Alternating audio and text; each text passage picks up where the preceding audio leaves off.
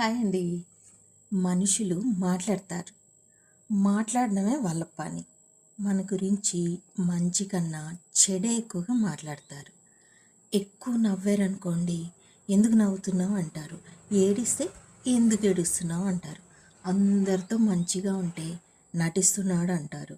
నిర్మోహమాటంగా మన అభిప్రాయాలు చెప్పామనుకోండి, వీడికి నోటు దూలెక్కువ అంటారు. సో ఇది నేను చాలా దగ్గర వింటా, చాలామంది దగ్గర. అంటే ఇంక అసలు మన జీవితం అంతా అవతలవాడు మన గురించి ఏమనుకుంటున్నాడు అని జీవిస్తుంటారు తప్ప మనకి ఏం అవసరం జీవితంలో అనేది ఎవ్వరు పట్టించుకోవట్లేదు ఎక్కువగా. కరెక్టే, సొసైటీలో ఉన్నాము, ఇవన్నీ ఆలోచించాలి కదా అంటే కరెక్టే.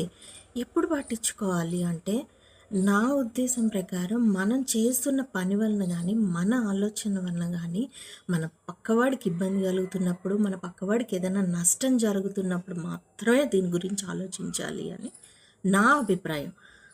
అంతేగాని ప్రతి విషయాన్ని పక్కవాడికే లింక్ చేసుకోవడం అంత అవసరం లేదేమో. అంటే మన మన జీవితం మనం కోల్పోతున్నామేమో అని నాకు అనిపిస్తుంది. సో ఇవేమీ పట్టించుకోకుండా వీలైతే నలుగురిని నవ్విస్తూ బతుకుదాం. కుదరలేదనుకోండి, మనమే నవ్వుతూ హాయిగా బతికేద్దాం. ఏమంటారు?